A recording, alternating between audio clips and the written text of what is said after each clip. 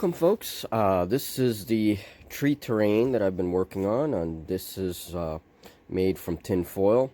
So I have the tree all base coated with a black underneath, black spray paint, black primer, and then coated with a layer of rusty brown spray paint.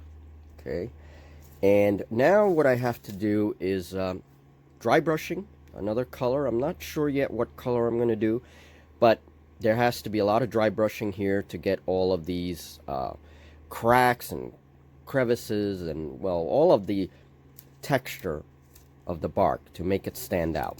Now for the base, I use a homemade texture paste. That's this stuff right here, and I will have a recipe for that homemade paste on my Patreon.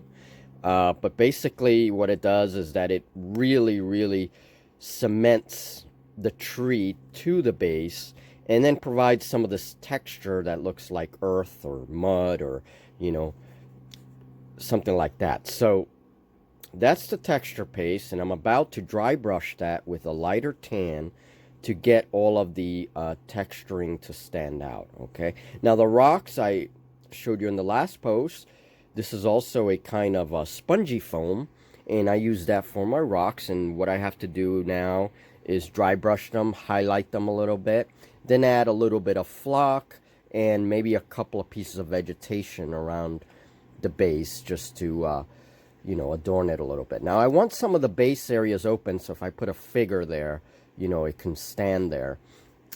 So alright folks, so I'm gonna do that right now and see how far I progress.